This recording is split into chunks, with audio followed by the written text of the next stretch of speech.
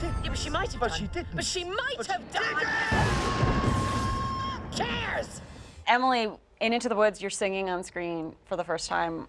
What was that like for you? Really, really, really frightening. I had always just sort of sang in private, in the shower, in the car. That was about it. I'd never sung in front of my husband. Oh, really? No, I just had always kind of enjoyed singing a little bit by myself. And so I didn't want to audition for it at all. So I went in and I just said, I'm not good enough to stand here shuffling sheet music, so I'm just going to do it for you. And I'd learned it, and I had props, and I just did it. And he, thank God, gave it to me, because it actually turned out to be so life-enhancing and extraordinary. And I got to sing with a 60-piece orchestra, and it was just kind of amazing. And I think the great thing about Stephen Sondheim is that he wants actors who can kind of sing, not the other way around.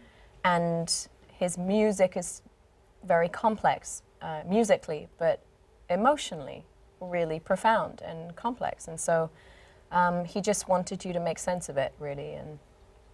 And songs became monologues, and scenes became duologues, and it was just kind of awesome. You said it was life-enhancing. How so?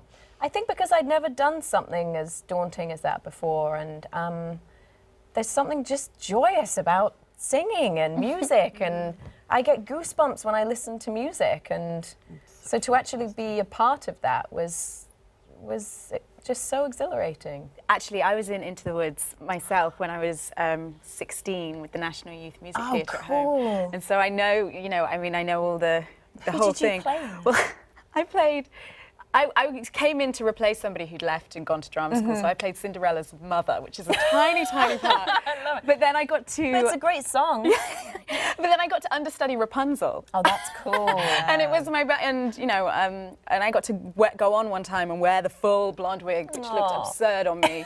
But, it was a great experience, so and that's cool. such a great musical. And Gugu, you've now sang on screen as well. What was that like for you?